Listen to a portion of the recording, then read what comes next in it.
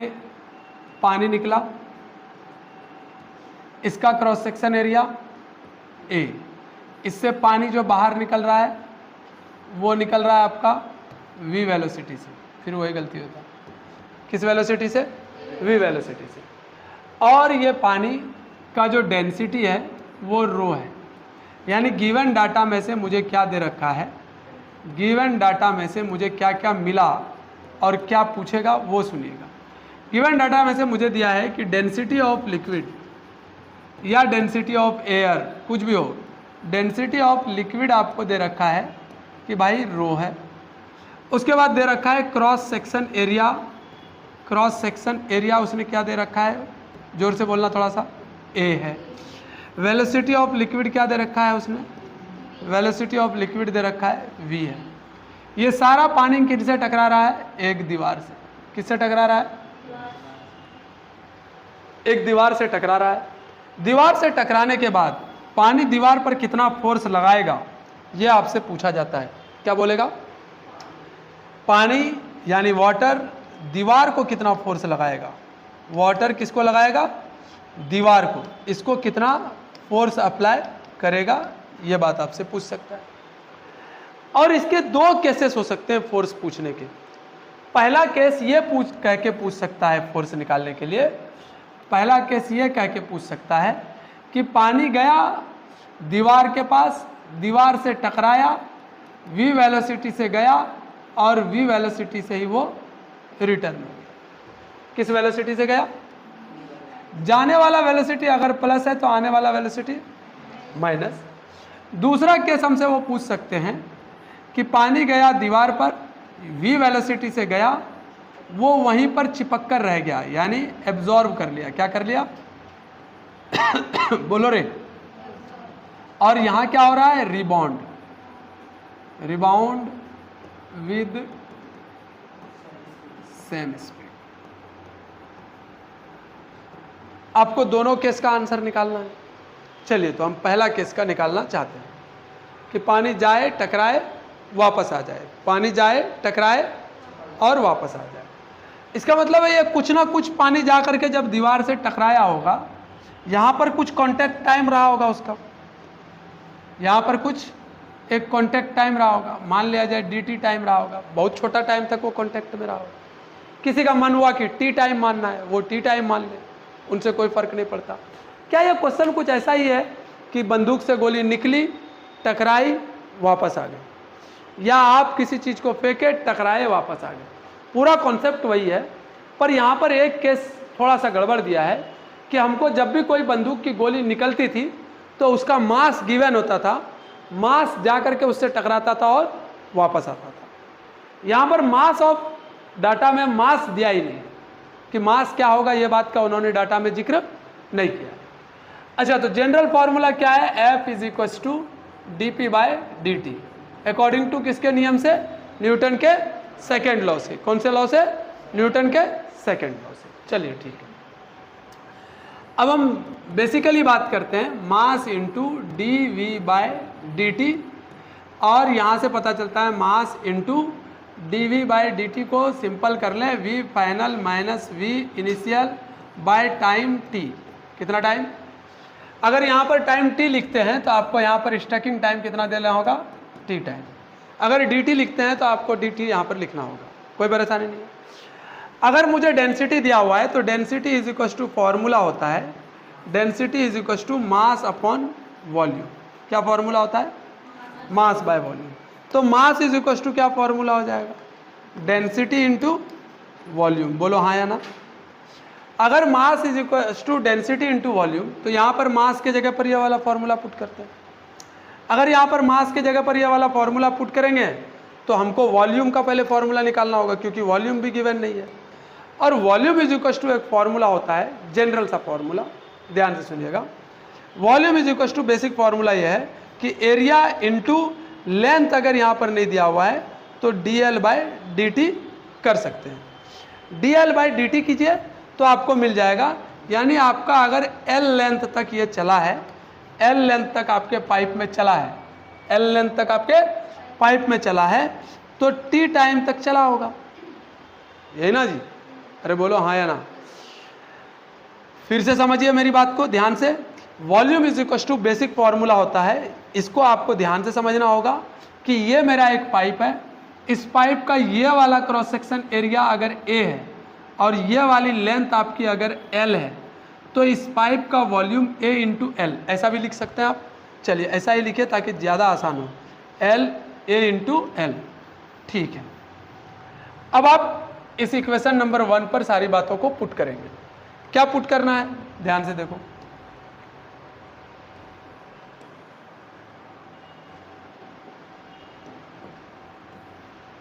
क्या पुट करना है, यहां से बनाते हैं। F इज इक्वल टू, बोलो रे, m, पहला केस रिबाउंड हो रहा है, रिबाउंड होने का मतलब गया जिस स्पीड से वापस भी उसी स्पीड से। v फाइनल का वैल्यू माइनस v इनिशियल का वैल्यू v, ब्रैकेट लगाए बाय टाइम कितना लगाएंगे t, m का वैल्यू बताइए क्या होगा, रो इंटू ए इंटू एल इंटू -2v और बाय टाइम t। अच्छा, लेंथ अपॉन टाइम क्या बताता है आपको, वेलोसिटी बताता है। लेंथ अपॉन टाइम क्या बताता है आपको, वेलोसिटी बताता है। तो रो ए इंटू वी इंटू -2v, यहाँ से एफ ऑफ वाटर निकल करके आएगा -2 रो ए वी का स्क्वायर। अगर वॉल इतना लगाता है तो सॉरी वाटर इतना लगाता है तो वॉल कितना लगाएगा, तो +2 रो ए वी का स्क्वायर। बोलो हाँ या ना, बात समझ में आया। ये पहले केस का आंसर है। दूसरे केस में सेम कहानी होगा, F is equal to M V final minus V initial by time t। मास का वैल्यू अभी अभी आपने निकाला है, rho A L by T into V final का वैल्यू 0 माइनस वी, यहाँ से निकल के आ जाएगा माइनस रो ए वी का स्क्वायर। और इससे भी नोट पॉइंट हमको यही समझ में आया, ध्यान से सुनिएगा। F of R is equal to 2 into F of A, where R is rebounding, बोलो with same speed, rebound with same speed, या बोलो परफेक्टली रिफ्लेक्टिंग। और ए का मतलब होता है आपका एब्जॉर्ब या स्टक। ठीक है, छाप लीजिए जल्दी से। जब रोड दिया हो तब आप कैसे निकालेंगे, ये कॉन्सेप्ट है आपको। जब मास ऑफ लिक्विड आपको नहीं देकर रखे, डेंसिटी ऑफ लिक्विड देख करके रखे और क्रॉस सेक्शन एरिया, तब आप 2 रो ए वी का स्क्वायर लगाएंगे। अदरवाइज सिंपल जो चल रहा था वही चलेगा।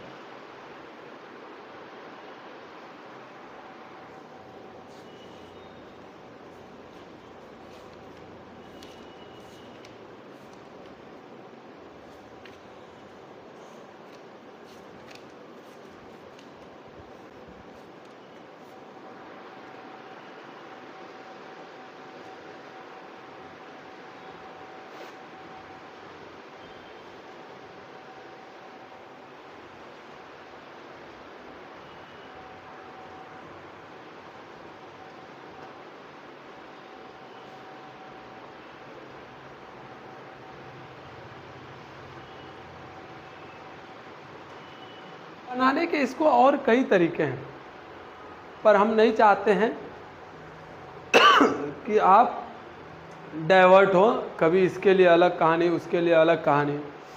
आपको कहानी समझ में आ जाए, बाकी आप निपटा सकें। फोर्स जब भी पूछे ना, एक बात दिमाग में याद रखो, फोर्स का औकात सिर्फ और सिर्फ एक ही आदमी ने निकालने सिखाया है, वो है न्यूटन साहब। और न्यूटन ने भी किस लॉ में सिखाया, सेकेंड लॉ में। और सेकेंड लॉ क्या कहता है, F is equal to D P by, कितना आसान है। जब 11th में ये पढ़े थे तो कोई दर्द ही नहीं दिया था, दिया था कोई दर्द, जरा भी दर्द नहीं था। 11th बोर्ड एग्जाम में और भी दर्द नहीं था। बहुत ट्रिकी अगर क्वेश्चन पूछ लेता था तो वो ये पूछ सकता है कि मैग्नीट्यूड ऑफ F क्या होगा। क्या पूछ सकता है आपसे, मैग्नीट्यूड ऑफ एफ किस लॉ से पता चलता है, यही पूछ लेता था। और जनरल बात पूछ लेता था, F is equal to 2i cap plus 3j cap blah blah blah, A is equal to what if M is equal to something. कितना अच्छा लगता था सुनने में, लगता था, अब नहीं लग रहा है ना। मिटा दे, अब नहीं रुकेंगे। एक सर्कुलर मोशन का कॉन्सेप्ट है, आप ये समझ लीजिए dp बाई dt का ये आखिरी कॉन्सेप्ट हम आपको दे रहे हैं।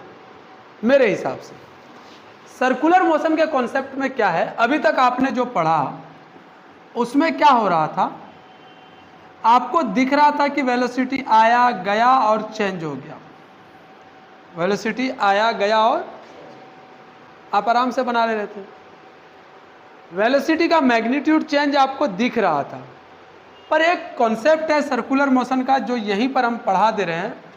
जब सर्कुलर मोशन आएगा तब वापस से भी देखेंगे, पर अभी सीख लीजिए थोड़ा थोड़ा बातों को।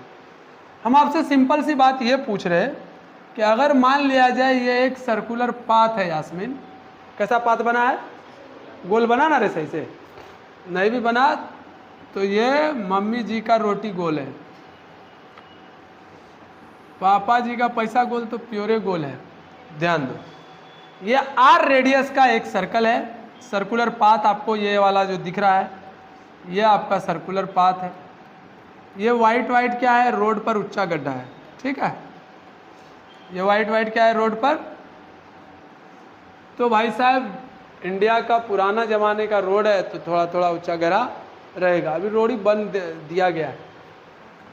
अन्नू यहां से चलना शुरू करती है, मान लो v वेलोसिटी से, कितना वेलोसिटी से, और वो बेचारी यहां से यहां तक जाती है।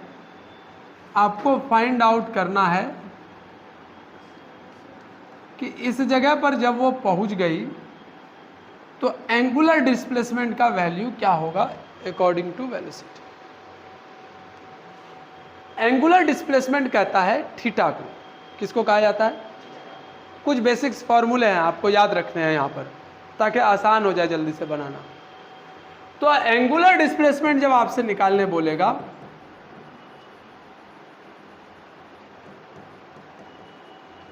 अच्छा थीटा है आपका, theta is equal to formula क्या होता है, थीटा इज इक्वल टू क्या फॉर्मूला आएगा अगर आपसे वो उसने एंगुलर डिस्प्लेसमेंट निकालने बोला, क्या हो जाएगा, वेरी गुड, क्या होगा, r इंटू थीटा। कोई रॉकेट साइंस नहीं है। एंगुलर डिस्प्लेसमेंट के बाद वो क्या दूसरा सवाल पूछ सकता है, वो पूछ सकता है कि आपको डिस्प्लेसमेंट कितना होगा, तब आप क्या निकालेगा। तो एंगुलर डिस्प्लेसमेंट और डिस्प्लेसमेंट में डिफरेंस है। डिस्प्लेसमेंट का मैग्नीट्यूड अगर पूछा, इसका मतलब उसने आपसे क्या पूछ लिया सर जी, उसने आपसे पूछ लिया कि यहाँ से यहाँ का ये वाला वैल्यू कितना होगा, ये आपसे पूछ लिया। जब मैग्नीट्यूड ऑफ डिस्प्लेसमेंट पूछ ले आपसे तो आप लिखेगा 2r साइन थीटा बाय 2, कितना लिखेगा 2r साइन थीटा बाय 2, ठीक है। तीसरा सवाल वो आपसे क्या पूछ सकता है कि भाई अगर कोई यहाँ से v वेलोसिटी से चल रहा है, इस समय इसका वेलोसिटी इस तरफ v है, ये कहीं भी चेक कर रहा है तो कांस्टेंट स्पीड से जा रहा है, कहीं पर भी चेक कर ले रहा है तो इसको वेलोसिटी कैसा मिल रहा है, कांस्टेंट। मैग्नीट्यूड में किस में बात कर रहा हूँ मैं, यानी ड्यूरिंग सर्कुलर मोशन, चक्कर पूरा करने में, रिवॉल्यूशन पूरा करने में उसका वेलोसिटी का मैग्नीट्यूड बदल, या आप यूँ कह सकते हैं कि कांस्टेंट स्पीड से चल रहा है। कैसे स्पीड से चल रहा है, या आप कह सकते हैं सेम स्पीड से कोई मूव कर रहा है। किस स्पीड से मूव कर रहा है, जब सेम स्पीड से मूव कर रहा है तो अब यहाँ पर झोल है, थोड़ा सा ध्यान दीजिएगा। जब कोई सेम स्पीड से मूव कर रहा है इसका मतलब नहीं कि वो सेम वेलोसिटी से भी मूव कर रहा है। क्यों भाई, क्योंकि वेलोसिटी एक वेक्टर क्वांटिटी है जिसका अपना मैग्नीट्यूड डिपेंड करता है डायरेक्शन और मैग्नीट्यूड दोनों पर, हाँ या ना। और ये स्पीड लगातार डायरेक्शन क्या करता है अपना, चेंज करता रहता है। अगर चेंज कर रहा है तो कोई भी चीज के चेंजिंग में अकॉर्डिंग टू न्यूटन्स लॉ आप किसी बॉडी के डायरेक्शन को अगर चेंज कर रहे हैं तो आपको किसकी जरूरत पड़ेगी, फोर्स की। पड़ेगी कि नहीं पड़ेगी? अरे बोलिए, न्यूटन साहब ने क्या बोला, अगर आप किसी का डायरेक्शन चेंज कर रहे हैं तो आपको किसका जरूरत पड़ेगा, फोर्स का। अब आपसे उसने पूछ लिया कि भाई साहब आप हमको ये बताइए कि यहाँ से यहाँ जब वो मूव करता है, मान लो ये वाला इनिशियल वेलोसिटी है, क्या वेलोसिटी है, और ये वाला आपका फाइनल वेलोसिटी है। स्पीड सेम है का मतलब मैग्नीट्यूड सेम है। अगर दो वेक्टर क्वांटिटी का मैग्नीट्यूड सेम हो, दो वेक्टर क्वांटिटी का मैग्नीट्यूड सेम हो, तो चेंज इन वेक्टर यानी ए वेक्टर बराबर हो अगर बी वेक्टर के, और उसका मैग्नीट्यूड अगर ए है, याद कीजिए हमने कभी पढ़ाया होगा, उसका मैग्नीट्यूड क्या हो, ए हो, तो ए वेक्टर माइनस बी वेक्टर का फॉर्मूला क्या बताता था, जरा सा बताइए। और उसमें भी आपको ये अगर बोल दिया जाए कि इसका जो रिजल्टेंट है वो भी सेम है, तब आप तो डेल्टा वी का मैग्नीट्यूड क्या आ जाएगा आपका, 2v साइन थीटा बाय 2। याद रहेगा ये। अगर इनिशियल वेलोसिटी v है और फाइनल वेलोसिटी भी v है, इसी दिन के लिए पढ़ाए थे ताकि धीरे धीरे सब खत्म हो जाए, 2v साइन थीटा बाय 2। तो आप हमको बताइए, अगर डेल्टा v का मैग्नीट्यूड आपसे पूछ लिया, डेल्टा v एवरेज का मैग्नीट्यूड, तो आप क्या बताएंगे, 2v sign theta bye 2। Fourth number क्या आपसे पूछ सकता है, वो पूछ सकता है मैग्नीट्यूड ऑफ स्पीड। स्पीड का मैग्नीट्यूड क्या होगा? स्पीड का मैग्नीट्यूड डायरेक्शन बदलने से बदलता है क्या? नहीं। तो उसका मैग्नीट्यूड क्या मिलेगा आपको, v ही मिलेगा। अच्छा, अगर आपसे एवरेज वेलोसिटी का मैग्नीट्यूड पूछ ले, आपसे पूछ सकता है v एवरेज का मैग्नीट्यूड, तब आप लिखेगा 2v साइन थीटा बाय 2 और टोटल बाय थीटा बाय 2। छापते जाओ।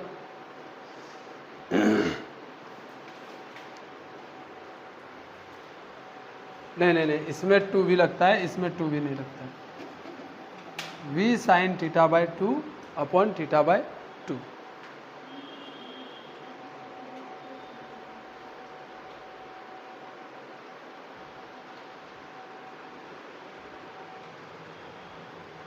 ये कुछ एक फॉर्मूले हैं, आपको ध्यान में रखने हैं।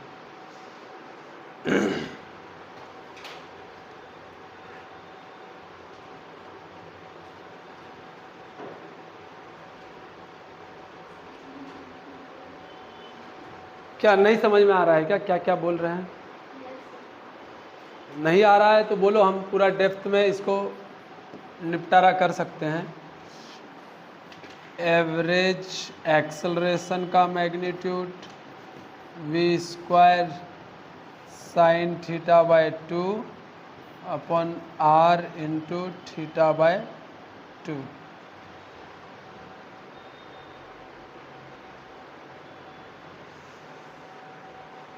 Last not least f average का मैग्नीट्यूड बस मास से मल्टीप्लाई कर दो, v square by r sign theta bye 2 upon theta by 2।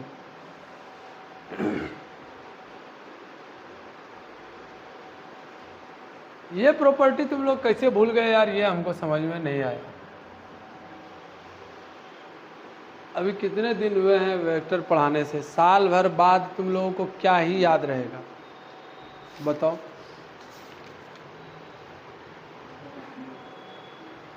एक साल के बाद अगर हम पूछने आएंगे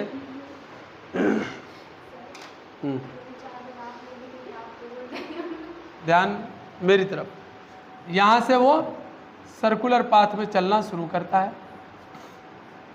आपको f का फॉर्मूला पता है, वो सर्कुलर पाथ में यहाँ से यहाँ तक आता है। कहाँ से कहाँ तक आया? ए से चला, एम मास का ऑब्जेक्ट पॉइंट ए से चलता है, एम मास का ऑब्जेक्ट पॉइंट 1 से चलता है। ए बोले में अच्छा नहीं लगता है तो सुनो, पॉइंट 1 से चलता है, पॉइंट 2 पर यह आ जाता है। तो फाइंड एफ, आपको मैग्नीट्यूड ऑफ एफ निकालना है। क्या होगा? इसका रेडियस आर है, इस ऑब्जेक्ट का वेलोसिटी आपका v है, जल्दी से निकाल के दीजिए। अब अगर आप निकालने में कोताही किए तो अच्छी बात नहीं है।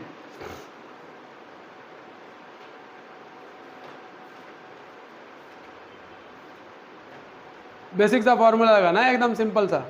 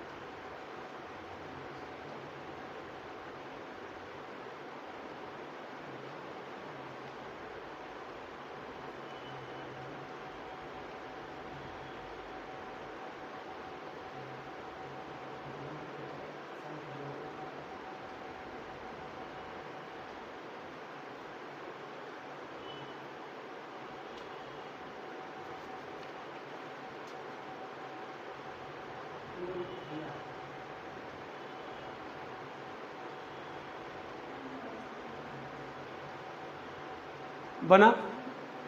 चलिए आप बताइए हमको, आपको ऐसे वाले में फोर्स का फॉर्मूला क्या बताए थे? यहाँ पहली बार हम फॉर्मूला याद कराए थे, mv²/r into sine theta by 2/θ/2। Very good. चलिए देखते हैं, m का वैल्यू आपका m रहेगा, v का वैल्यू आपका साइन का कितना डिग्री बन जाएगा? साइन का 90 का 2 से डिवाइड करेंगे तो 40, तो आपका आ जाएगा साइन का 45 डिग्री। बाय आर का वैल्यू आपका क्या रहेगा? अब θ/2 चाहिए। थीटा कितना डिग्री है आपका? अच्छा, कुछ और तरीके से निकालते हैं, क्योंकि या तो रेडियन में चाहिए होगा या तो उसका वैल्यू आप निकाल नहीं सकेगा, फिर कट कुट कहीं से हो नहीं पाएगा। उस थीटा को चेंज कीजिए कहीं से। आप एक बात बताइए, अगर कोई बंदा ये पूरा रोटेशन चलता है तो वो कितना थीटा चलता है? 2π चलता है, यानी थीटा का वैल्यू कितना हो जाएगा? 2π। कितना बोला मैंने? अगर वो थीटा का वैल्यू 2π है सर जी, अब मेरी बात गौर से सुनिएगा, अब इसको अगर 2π चला है तो हमको चाहिए थीटा का वैल्यू। अभी अभी आप लोगों ने बताया डिस्टेंस इज इक्वल टू होगा, आपका एंगुलर डिस्टेंस की बात कर रहा हूँ मैं, r इंटू थीटा बताए थे ना। अगर ये पूरा डिस्टेंस चलता, अगर ये पूरा, तो डिस्टेंस हो जाता 2πr और यहाँ पर r इंटू थीटा, तो यहाँ पर हमको क्या मिलता? r का r cancel, theta is equal to 2π, यही तो मिलता हमको। अरे हाँ कि ना? अच्छी बात है। अब यहाँ से आपको थीटा का वैल्यू मिल रहा है π/4, नहीं मिल रहा है? अरे ये पूरा अगर चला आपका कितना? 2π, तो एक वाला कितना हो गया? π/, बेवकूफ़ कहीं का, π/2। π/2 को फिर 2 से डिवाइड करोगे तब ना आएगा जी π/4, तो हो जाएगा आपका इंटू π/4। अब आप आंसर निकाल लीजिए। साइन 45 डिग्री का वैल्यू कितना आएगा? 1/√2। 1/√2 नीचे जाएगा, ये 4 कहाँ चला जाएगा? ऊपर। तो mv² into 4/r into pi into √2। √2 से इसको कटेगा तो 2√2 आ जाएगा, तो आंसर हो जाएगा 2√2 mv²/πr। ये आ जाएगा एफ का। अगर 1 रिवॉल्यूशन में एफ एवरेज पूछेगा तो 0, जहाँ से स्टार्ट किया वहीं पर आएगा।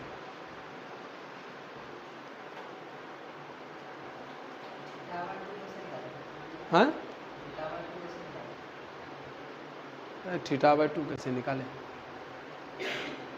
कैसे निकाला जाता है थीटा? अरे भाई पूरा थीटा कितना है? 90 डिग्री, तो π/2 हुआ, वहीं से निकाले। और कहाँ से निकाले? अरे इंटू कितना हो जाएगा? 1/2, तो π/4 आएगा। अभी भी नहीं चमका। चलिए एक दूसरा क्वेश्चन। ये एक सर्कुलर पाथ है यास्मीन, कौन सा पाथ है? Question number 2। इस सर्कुलर पाथ में का रेडियस कितना दिया हुआ है? बोलो कितना रेडियस दे रखा है? r। यह आदमी पॉइंट ए से चलना शुरू करता है और पॉइंट बी पर आकर के रुक जाता है। इस आदमी का मास कितना है? बात यह है कि यह आदमी जितना वेलोसिटी से शुरू करता है उतने वेलोसिटी से ये अपना, मतलब ओवरऑल ये ड्यूरेशन ऑफ मोशन ये सेम स्पीड से चल रहा है। किससे चल रहा है? अरे बोलो किस स्पीड से चल रहा? सेम स्पीड से। अगर ये सेम स्पीड से चल रहा है तो एफ ऑफ एवरेज का मैग्नीट्यूड कितना होगा ये फाइंड आउट। आपको फॉर्मूला पता है? क्या फॉर्मूला है आपका? mv²/r इंटू साइन θ/, चलिए अच्छी बात है। mv² का वैल्यू बताइए कितना है? mv²। r का वैल्यू कितना दे रखा है? r। साइन थीटा की जगह पर ये वाला यहाँ से जब चलेगा और यहाँ पर आकर के जब वो ख़त्म करेगा तो इसके बीच का एंगल कितना हो जाएगा? 180 डिग्री। 180 डिग्री को 2 से डिवाइड करेंगे, कितना आंसर आएगा? तो साइन का कितना डिग्री हो जाएगा? अच्छा, थीटा को आप रेडियन में लिखिए, कितना मिलेगा? 180 का मतलब पाई। पाई को आप कितना से डिवाइड कीजिएगा? 2 से, क्योंकि θ/2 है। अब साइन 90 का वैल्यू कितना आता है? 1। ये वाला 2 कहाँ चला जाएगा? ऊपर। तो आपका क्या आंसर आ जाएगा? 2mv²/πr। सही है? अरे बोलो हाँ या ना। ठीक है, कि अब भी नहीं समझ में आया? अरे आया। तुमको लग रहा है कि उसको बार बार ऐसे घूमने में कोई फोर्स की ज़रूरत नहीं है, पर मैं बताया कि कितना फोर्स की ज़रूरत उसको पड़ेगा। ये सर्कुलर मोशन में भी ये एक फॉर्मूला बन करके आता है। ठीक है,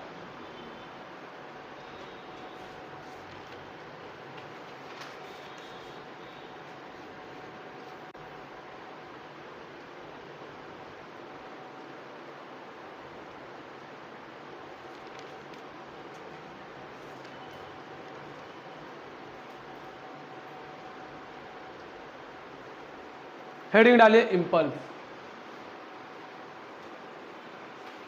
अब जितना पढ़ना था आपने पढ़ लिया। हेडिंग डालिए impulse. What is impulse?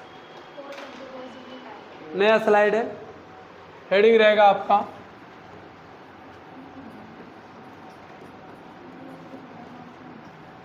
Impulse. अब बड़ी तेजी से बोल दिए कि क्या बोला आपने? Force into, very good. ये एफ फोर्स है और टाइम से मल्टीप्लाई कर दीजिए सर जी, फोर्स इनटू डेल्टा टी। और कोई अरमान है? बोलो भाई। अच्छा ये dt लिख दिया मैंने, नहीं लो डेल्टा टी। और कोई झोंका वाला अरमान? नहीं। जब किसी बॉडी पर very small interval of time के लिए, यानी सडन टाइम के लिए या इंस्टेंटेनियस टाइम के लिए कोई फोर्स अप्लाई किया जाए तो उस बॉडी के मोमेंटम में चेंज आएगा, हाँ या ना बोलो। क्या बोला मैंने, नहीं सुने? आएगा ना। हमने बोला कोई एक बॉडी है, इस बॉडी पर m मास का ये बॉडी है, आप अगर इस बॉडी पर एक large force very short interval of time, या आप यूं कह सकते हैं सडन फोर्स लगाए किसी बॉडी पर, एक लार्ज फोर्स जब very short interval of time के लिए किसी बॉडी पर अप्लाई करते हैं तो इस बॉडी के मोमेंटम में चेंज आता है, वो चेंज ही आपका इम्पल्स कहलाता है। क्या बोले हम? जब किसी बॉडी पर एक large amount of force very short interval of time के लिए अप्लाई करते हैं तो उस बॉडी के मोमेंटम में चेंज आता है, वो चेंज इन मोमेंटम ही आपका क्या कहलाता है? इम्पल्स। थोड़ा और बेसिक से इस बात को समझते हैं। जब किसी बॉडी को आप एक बड़ा सा फोर्स बहुत छोटे इंटरवल ऑफ टाइम के लिए लगाएंगे तो वो फोर्स और टाइम का मल्टीप्लिकेशन या product of force and time is called as impulse. एक बात ये भी हो गया। अब ये आप ऐसा समझ सकते हैं कि आपके हाथ में एक हथौड़ा है, आपके पास यहाँ पर एक कील है, आपने इस कील पर इस हैमर से जोर से फोर्स अप्लाई किया। क्या 1-2 सेकेंड के लिए अप्लाई करते हैं? नहीं, लगाते हैं और हटा लेते हैं। अरे बोलो हाँ या ना। लगाते हैं और यानी सडन अप्लाई हुआ और हट गया, जिसकी वजह से ये क्या हो गया, इसके मूवमेंट में चेंज आया। पहले इसका कुछ इनिशियल वेलोसिटी था, कंसीडर करो 0 था, आपने फोर्स अप्लाई किया, इसका मोमेंट क्या हो गया? चेंज हो गया। बोलो हाँ या ना।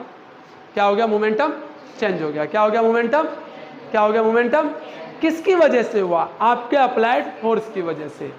इम्पल्स बहुत खतरनाक चीज़ है, इम्पल्स बहुत खतरनाक चीज़ है, आपको समझना होगा।